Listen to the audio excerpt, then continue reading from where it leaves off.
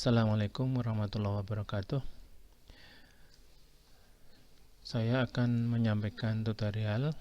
Kali ini menjawab pertanyaan bagaimana menyiapkan self-enrollment untuk mahasiswa dari berbagai kelas paralel agar ketika mereka mendaftar ke El Nino, mereka langsung ada di kelasnya masing-masing, sehingga kita tidak perlu repot-repot lagi mengelompokkan di dalam kelas-kelas. Nah, untuk itu ada beberapa hal di sini yang perlu kita asumsikan. Yang pertama, dosen memiliki mahasiswa dari berbagai kelas paralel dan mereka belum dimasukkan, belum di-enroll di dalam course di El Nino kita. Yang kedua, dosen ada keinginan ketika mahasiswa melakukan enrollment sendiri, mereka bisa langsung masuk ke dalam kelas mereka masing-masing secara otomatis. Nah, bagaimana caranya? Kalau sudah siap, mari kita mulai.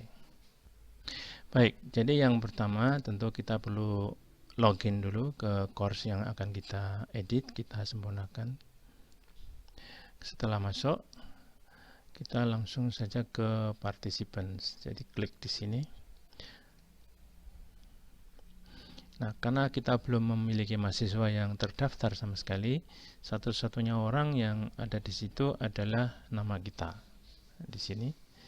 Nah, sekarang yang akan kita lakukan adalah menyiapkan supaya ketika mahasiswa nanti melakukan self-enrollment, mereka akan langsung masuk ke kelas masing-masing. Perlu diketahui bahwa course ini didesain untuk 3 kelas sekaligus, kelas paralel, yaitu KP2A, KP2B, dan KP2C. Jadi nanti kita ingin mahasiswa masing-masing kelas ini ketika mendaftarkan diri secara mandiri di El Nino, mereka sudah langsung masuk ke kelasnya masing-masing. Bagaimana caranya? Yang pertama, kita harus membuatkan rumahnya dulu. Jadi kita bikinkan kelas.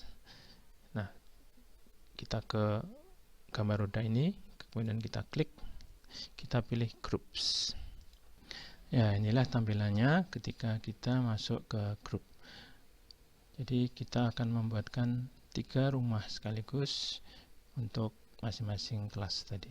Caranya bagaimana? Kita masukkan kelasnya di sini dengan mengklik create group. Nah, di sini grup pertama, kelas KP2A. Nah, sebelum kita simpan, kita harus menambahkan enrollment key-nya di sini. Jadi kita perlu menuliskan enrollment key-nya. Saya buat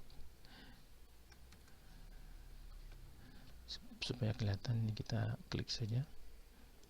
Kelas, kemudian bintang, KP2A. Jadi ada persyaratan khusus dalam pembuatan enrollment key di sini. Yang pertama, dia minimal 8 karakter, kemudian melibatkan huruf besar dan huruf kecil, lalu ada minimal 1 tanda seperti ini, ya. Nah, setelah kita bikin, baru kita simpan. Jangan lupa ini diingat-ingat dan nanti akan kita sampaikan kepada mahasiswa, terutama untuk kelas KP2A ketika mereka melakukan enrollment. Kemudian kita membuatkan kelas atau rumah yang kelas berikutnya.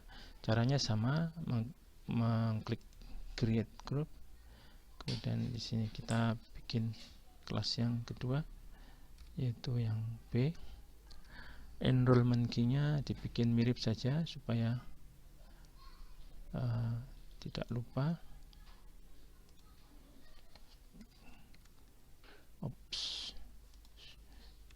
Kelas, kemudian bintang, KP2B, kemudian baru disimpan. Ini juga jangan lupa nanti kita berikan ke mahasiswa di kelas KP2B. Yang terakhir, rumah yang ketiga, Ini sudah tersimpan belum? Oh, belum. Nah, kita create untuk rumah yang ketiga. Sama caranya. Tulis di sini kelas KP 3C. Kemudian enrollment key-nya tulis kelas bintang KP2 ya, bukan 32C. Tadi 2 ya, betul. Nah, lalu disimpan. Baik. Nah, ini sekarang sudah selesai di sini pembuatan rumahnya. Ada satu lagi tahapan yang harus kita atur supaya nanti mahasiswa bisa melakukan enrollment. Kita kembali saja ke depan. Melalui jalur yang partisipan bisa, lewat sini juga bisa. Kalau ke partisipan berarti kita harus klik ini lagi, kemudian kali ini kita ke enrollment methods ya. Jadi enrollment methodnya. Nah, kita sekarang akan mengaktifkan menu self enrollment. Nah, ini harus kita edit. Ini yang bagian self enrollment kita edit supaya nanti mereka bisa melakukan enrollment sendiri, langsung masuk ke kelas masing-masing. Pilihannya di sini yang pertama ini nggak usah diisi, nggak apa-apa. Kemudian yang ini tidak masalah. Enrollment key-nya jangan lupa di sini. Nah, misalnya di sini enroll me to KP2 AKT. Ini tidak akan dipakai nanti ketika mahasiswa mengenroll langsung ke kelas. Tapi yang penting harus ada di sini bahwa grup enrollment-nya harus dipastikan dibuka, artinya harus yes. Grup enrollment-nya harus diganti menjadi yes. Nah, ini default student, oke. Nah, tanggal enrollment-nya dibatasi apa enggak? Kalaupun enggak, tinggal tutup aja. Kemudian ini juga nggak usah dibatasi dan lain-lain. Kalau ini defaultnya 0, itu artinya jumlahnya tak terbatas. Jadi defaultnya 0, biar aja, artinya jumlahnya tak terbatas.